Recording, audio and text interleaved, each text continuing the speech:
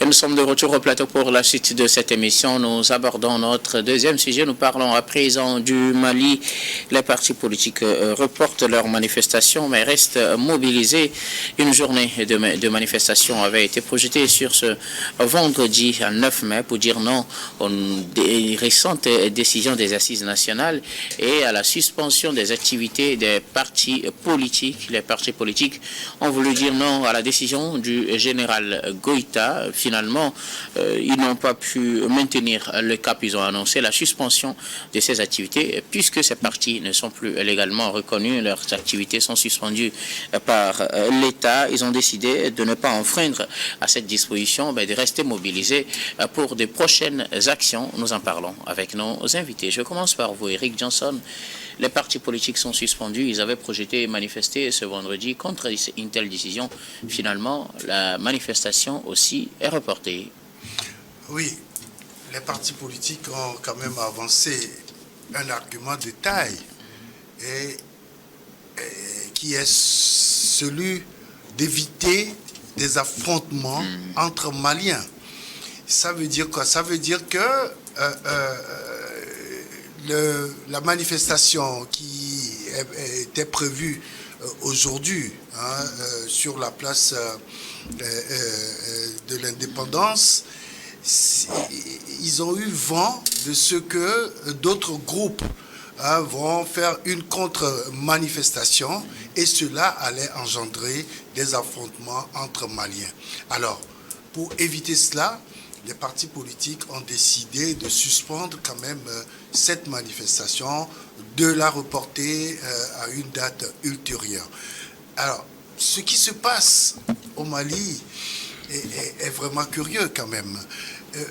Voilà un pays où il y a une constitution qui a été votée en 2023, il y a de cela 2 ans, et donc qui prend des dispositions pour que la liberté d'expression, de manifestation, la liberté de manifestation et autres soit quand même un véritable soubassement de la démocratie dans ce pays. Malheureusement, ce qu'on est en train de voir aujourd'hui, c'est que les partis politiques sont même interdits de manifester, de mener des activités et que même les associations à caractère politique sont dans la même situation, ce qui ne permet pas quand même une certaine évolution démocratique dans ce pays. Et donc aujourd'hui, les partis politiques, on leur dit vos manifestations, si vous les faites, c'est que vous allez créer un désordre public. Et en quel sens? Personne ne saurait le dire. Est-ce que c'est par rapport à la sécurité de ce pays? Et pourtant, il y a des manifestations pour faire l'éloge de ce régime en place.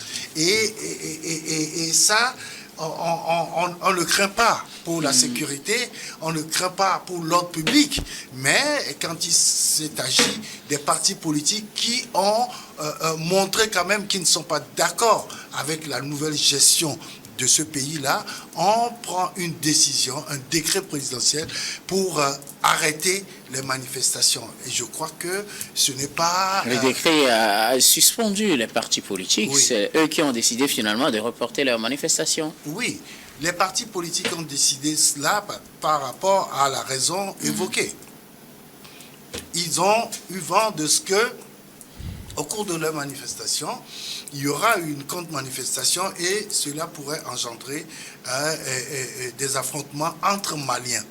Ça, il faut, quand on est un parti politique responsable, il faut éviter le bain de sang. Et je crois que ces partis politiques, au total, plus d'une centaine, je pense que si ces partis-là n'arrivaient pas à s'entendre sur le minimum, je crois que certains, des va-t-en-guerre, diront, allons-y, manifestons quand même. Mais là, c'est parce que ces informations-là se font quand même avec une certaine vigueur. Et donc, les partis politiques ont décidé de surseoir à leurs manifestations. Et parce que, je crois, il faut aussi éviter quand même que pour ces manifestations-là, des gens soient encore arrêtés parce que les partis politiques sont suspendus, et donc on leur dira que c'est une manifestation illégale, non reconnue par la loi, et donc on ne peut pas vous envoyer des forces de sécurité ou des forces d'ordre pour encadrer vos manifestations, et donc les responsables peuvent être facilement embastillés. Merci beaucoup à vous, Eric Johnson. Alors, Adam Adronou, les partis politiques ont décidé de reporter leur manifestation prévue normalement ce vendredi. Oui, je pense que c'est l'expression tout simplement, première vue, d'une menace qui aurait pu peser sur ces organisateurs-là. Mais au même moment, je me dis, c'est une vision pragmatique, mais assez responsable pour les responsables de ces manifestations-là. Puisqu'on a parlé d'une contre-manifestation. Et lorsque vous pesez en réalité le pour et le contre que vous anticipez, vous remontez un peu l'histoire sur un environnement qui s'est un peu décrispé. Puisqu'en réalité, le Mali, en ce qui concerne la rigueur sur les manifestations, je pense que le poids de transition que dirigeait Assimi Goïta à un moment donné, il faut avoir vraiment du culot pour parler manifestation. Mais ça voudrait dire quelque part qu'il y avait des gens au regard de cet environnement lié à la dissolution des partis politiques, parce que dans le malheur, vous avez compris que tous les partis politiques sont réunis parce qu'ils ont des intérêts qui étaient menacés, mis en jeu et qui sont regroupés. Donc ça voudrait dire quelque part qu'il y avait également des allures de défiance vis-à-vis du pouvoir central de Bamako ou d'Assimi Goïta. Mais je pense que si la contre-manifestation était donc suscitée, il y a lieu de pouvoir toujours, en tout cas, se préoccuper de cette attitude de réserve émise ou de réserve en ce qui concerne l'expression, l'expression d'un ras-le-bol. Mais ce qui est important en réalité, moi, je me penche plutôt sur le côté pragmatique des organisateurs ou les premiers responsables de cette manifestation qui ont vu juste en réalité. Pour éviter à ce que, on n'a pas connu des manifestations qui sont réprimées dans le sens où nous en sommes arrivés aux morts d'hommes, mais ce qui est important, nous avons connu des gens qui ont toujours été embasillés. Donc je pense que pour éviter cela, et s'il ne serait pas opportun de pouvoir avoir des canaux de discussion pour en réalité permettre à ce que on puisse avoir d'autres alternatives liées à la réorganisation de ces partis politiques-là, puisque jusqu'au jour d'aujourd'hui, on prend toujours la chose au premier degré et on a tendance à dire que voilà ce qui est en train donc d'être planifié, justement, c'est de tuer pur et simple les partis politiques. Mais je pense que ce n'est pas évident. Justement, ce qui serait plus important, c'est de commencer déjà par s'organiser, voir en réalité quelles sont les propositions que l'on pourrait donc faire pour Assimi Goïta, étant donné que d'abord l'ouverture et la grandeur de coût de l'homme pourra permettre d'éviter en tout cas la complexité qu'on veut mettre en ce qui concerne la création des partis politiques. Mais est-ce que ce qui est en train de planifier, ce n'est pas pour le bien du Mali, mais quelque part, ce que craignent aujourd'hui les politiciens maliens, c'est de se voir dicter, en tout cas l'attitude ou l'orientation que prendront dans les partis politiques, pour éviter que cela ne soit féodé pratiquement au moment opportun et à Assimi Goïta, parce que la question se pose, c'est de voir si c'est Assimi Goïta qui choisit qui peut être politicien, qui peut ne pas l'être. Donc je voyais que demain, le lendemain, risque d'être assez sombre, où c'est celui qui est en train d'organiser l'État, c'est lui qui choisit qui veut pour être donc parti politique, et pour éviter à ce que nous ayons dans des plébiscites entre guillemets au moment venu, lorsque il aura l'opportunité ou l'envie de se présenter au suffrage universel face à d'autres partis politiques. Mais ce qui est important déjà, moi je l'ai dit, c'est le pragmatisme des organisateurs ou les premiers responsables de ces manifestations qui ont vu juste pour éviter à ce qu'on puisse avoir des gens qui sont embassés et en arrière-plan, commencer par négocier, en tout cas la libération de ces personnes-là. Cela risquerait d'affaiblir, en tout cas, l'organisation à venir d'autres manifestations. Merci beaucoup à vous, Adam. On retient que cette décision de reporter la manifestation est une décision vraiment pragmatique, c'est une bonne décision. Très et bonne que décision. la décision également des autorités n'était pas forcément dans le but d'embastiller les partis politiques. Tout à fait. Merci beaucoup. À vous, Gabin Adjaro, les partis politiques au Mali ont décidé de ne plus manifester ce vendredi comme prévu. Oui, après le communiqué du gouvernement qui craignait un trouble à l'ordre public, on pensait véritablement que ces partis politiques-là allaient surseoir à leur manifestation et c'est ce qui est arrivé. On peut dire que c'est très responsable de leur part, mais au même moment c'est stratégique. C'est pour dire aux populations que nous pensons à vous, nous pensons à votre vie et nous n'allons pas vous mettre dans la rue pour vous faire tabasser ou bien pour vous faire gazer. Donc les politiques, ils ne font rien pour rien, c'est à des buts. Mais il faut dire que c'est quand même très responsable de leur part. Le Mali n'a pas besoin d'ébullition à ce moment-là parce que quand ils vont commencer maintenant, il y aura aussi des soutiens du gouvernement qui aussi voudront rentrer dans l'arène et le Mali n'a pas besoin de cette histoire-là actuellement. Quand on sait très bien que la sécurité dans le pays est un peu menacée, même si l'atmosphère est décrispée aujourd'hui, il faut savoir que le Mali est toujours dans le viseur des terroristes, donc du coup, il ne faut pas créer des atmosphères propices à ce que ces gens-là puissent opérer. Donc, pour moi, je pense que les partis politiques ont très bien fait de suspendre cette manifestation-là. Mais ça va durer jusqu'à quand, cette trêve-là? Et je pense que c'est au gouvernement de saisir la balle. Le gouvernement dit que c'est jusqu'à nouvel ordre. Bon, le gouvernement peut dire que c'est jusqu'à nouvel ordre, mais vous savez, ces partis politiques-là, ce sont aussi des Maliens. Et quand les Maliens vont décider de sortir, ça serait bien pour le gouvernement si les partis politiques appellent leurs militants sortis et puis ne sortent pas. Mais quand on a vu la première manifestation la fois dernière, on a vu des gens qui étaient décidés à défier tout ce qui pouvait leur barrer le chemin parce que quand on a vu le dispositif sécuritaire, quand même, il faut avoir du cœur pour pouvoir affronter cela. Mais ils ont pu le faire. Ça veut dire que les gens sont décidés à affronter quand même les autorités, à braver tous les interdits pour pouvoir faire des manifestations. Donc pour moi, ce qui est plausible aujourd'hui, c'est que le gouvernement saisisse la balle au bon pour appeler ces gens-là à discuter, une discussion sincère et sérieuse. Parce que quand on dit que les activités des partis politiques sont suspendues jusqu'à nouvel ordre, pour moi, c'est de l'anarchie, c'est de la dictature. Ces partis politiques-là existaient depuis des années, existaient bien avant même Assimi Goïta. Ils ont accompagné Assimi Goïta à s'asseoir au pouvoir. Ce sont eux qui ont commencé les manifestations. Bien avant Assimi Goïta au pouvoir. C'est parti, peut-être bien avant même sa naissance. Assimi Goïta n'est pas, il est très jeune. Donc, à un moment donné, il faut se dire que ce sont des partis politiques qui ont aussi commencé cette manifestation avec les organisations de société civile, avec l'imam Diko devant, avant que lui et sa bande ne viennent parachever la révolte contre IBK. Donc à un moment donné, il ne faut pas embastiller ces partis politiques-là, il ne faut pas les jeter aux oubliettes. Il faut juste organiser le secteur des partis politiques, mais ce que tu fais, pour moi, à mon absence, c'est contre moi. Donc à un moment donné, si tu veux réformer la charte politique du Mali, il faut faire asseoir toutes ces personnes-là. Ce sont quand même des gens assez intelligents qui ont des militants derrière eux, parce que quand on parle c'est la lutte antiterroriste qui a fédéré les Maliens autour du gouvernement actuel. Maintenant, si l'atmosphère se décrispe et que les gens voient que, bon, nous aussi, nos partis politiques peuvent apporter quelque chose, alors là, il faut leur laisser le libre choix. C'est le champ démocratique qui va permettre à ce que le Mali puisse se développer. On ne peut pas juste dire, taisez-vous, nous sommes en train de travailler pour vous. Ça ne se passe nulle part comme ça. Donc, il va falloir que le gouvernement saisisse la balle au bon, appelle ces leaders des partis politiques à discuter et savoir dans quelle mesure ils peuvent apporter du nouveau à l'atmosphère politique malienne. Merci beaucoup, Eric. Oui, quelque chose à ajouter.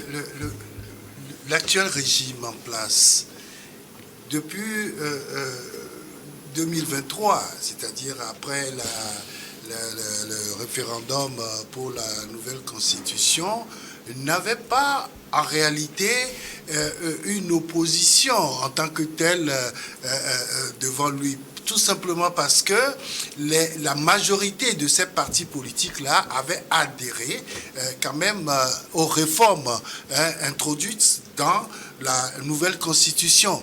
Et comme tel, de leur turpitude. et comme tel, ces partis politiques ne manifestaient jamais contre les décisions du régime en place. Aujourd'hui, jusqu'à ce qu'on décide de la suspendre, aujourd'hui, de durcir les conditions de création. Justement, c'est parce que ces partis politiques ont essayé de sortir leurs militants dans la rue pour commencer par dénoncer et certaines décisions du gouvernement, que la décision a été prise de les suspendre. Et donc, aujourd'hui, on est devant une situation où la liberté d'expression, la liberté d'opinion, la liberté de manifestation a pris un coup. Et donc, je crois que de cette manière-là, si vous n'avez pas un contrepoids dans le pays, vous ne pourrez en aucun moment développer ce pays, parce que vous allez toujours penser que vous faites bien, alors qu'il y a quand même de petits trucs qu'il faut toujours arranger. Je pense que le gouvernement malien, avec ces manifestations qui vont quand même s'organiser. Je me rappelle, avec l'imam Diko, où on avait interdit les manifestations publiques, il a quand même fait sortir des militants, et là, ça lui a coûté ce que ça lui a coûté politiquement comme physiquement. Mais aujourd'hui, avec cette situation, je suis sûr que les nouveaux patrons du Mali doivent quand même comprendre qu'il faut laisser l'opinion s'exprimer afin d'amorcer le développement de ce pays. Parce que il y a d'autres choses, je veux dire, d'autres situations qu'il faut véritablement régler que de suspendre les partis politiques qui constituent en réalité un contrepoids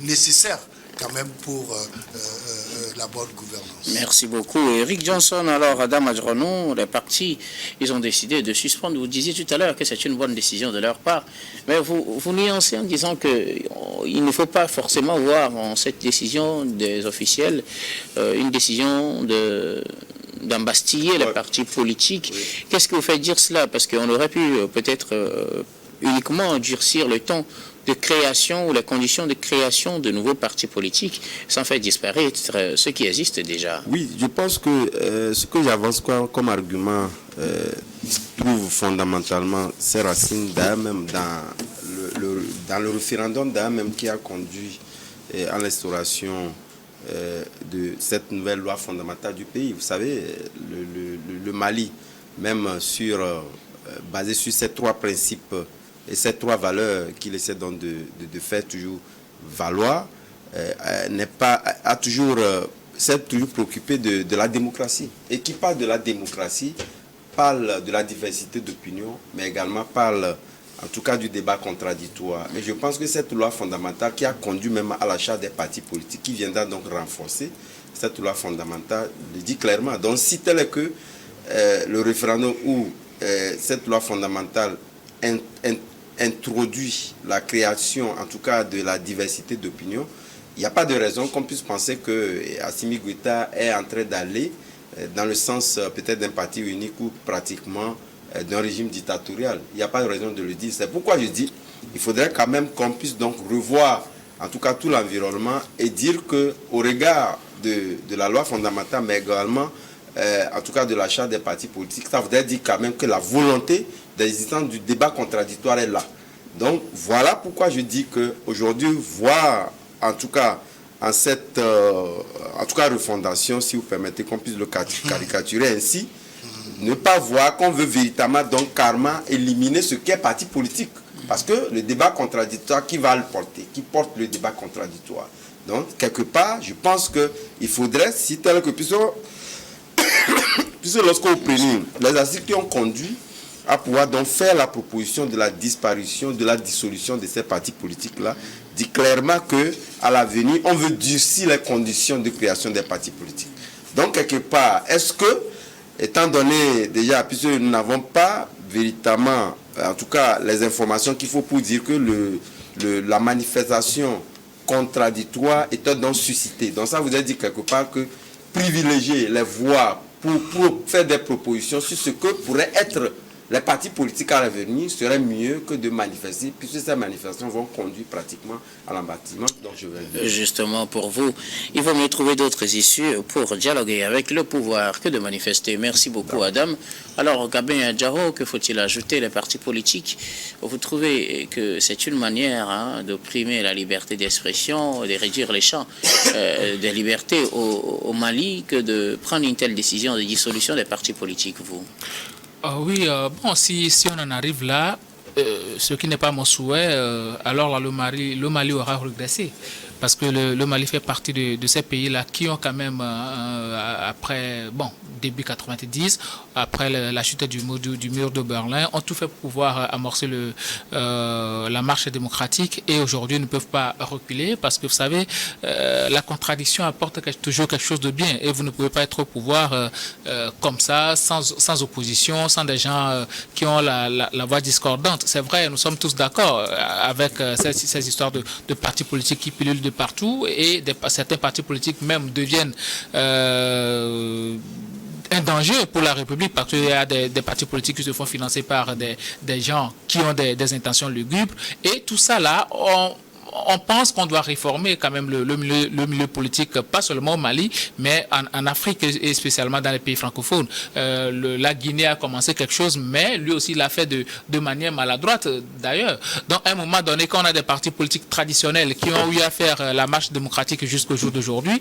ça veut dire que ce sont des gens qui ont quand même la quintessence de ce que représente la gouvernance de l'État.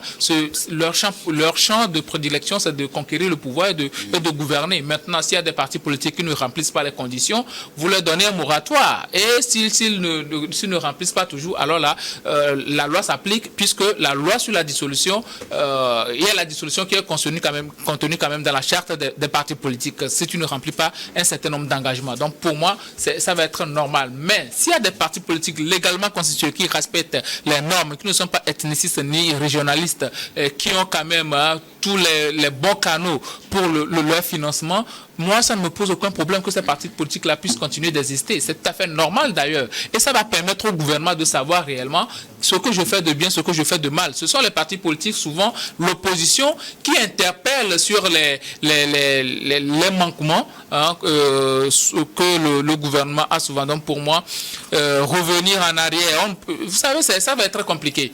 On ne peut plus aller à l'époque du parti unique. C'est révolu. On est déjà passé par là. Donc, on ne peut plus, les partis politiques uniques d'ailleurs, une seule vision, un seul leader, une même nation. Mais d'ailleurs, ça n'a pas apporté de résultats. On l'a vu jusqu'au début des années 90. Quel pays s'est développé avec ça? Donc, plutôt, on a réussi à créer des monstres au pouvoir. Donc, aujourd'hui, permettons, c'est vrai, tous les systèmes politiques ne sont pas bons, mais la démocratie, jusque-là, reste le meilleur système politique possible. Donc, moi, je veux que Assimi Goïta et ses hommes puissent accepter une discussion. Vous ne pouvez pas être dans une nation et refuser de discuter avec vos compatriotes. Discuter avec eux, recueillir leurs propositions, et là, vous verrez ce qu'il faut faire. Donc, il ne faut pas être fermé aux discussions, c'est très important. Merci beaucoup. Oui, Eric. Je veux dire, deux petits mots. Je pense que la situation actuelle ne va pas donner le droit de faire un tri des partis politiques. Les partis politiques qui exercent sont des partis politiques qui sont officiellement créés et qui ont des engagements. Je crois que nous menons toujours ce débat-là par rapport à la taille, par rapport au maillage des partis politiques sur le territoire national. Sauf que lorsque on ne permet pas à ces partis politiques de s'exprimer, de mener des activités, l'on ne pourra jamais connaître leurs forces sur le terrain. Merci beaucoup. Et je crois que à vous, Eric. Le gouvernement d'Assimi Goïta n'est pas porté par un parti politique, mais par la population, une concertation qu'on appelle CNP, je crois, Conseil national patriotique ou quelque chose comme ça. Pour la transition. Pour la transition. Et donc, je crois que ce n'est pas un parti politique où il y a véritablement un débat. Alors, ces partis politiques qui sont à l'Assemblée nationale, quand on suspend leurs activités, ça veut dire que l'Assemblée nationale ne pourra plus fonctionner. En tout cas, c'est votre lecture de la situation. Merci beaucoup à vous tous pour vos contributions. Nous allons marquer la pause pour le journal, puis on reviendra tout à l'heure pour la suite de cette émission.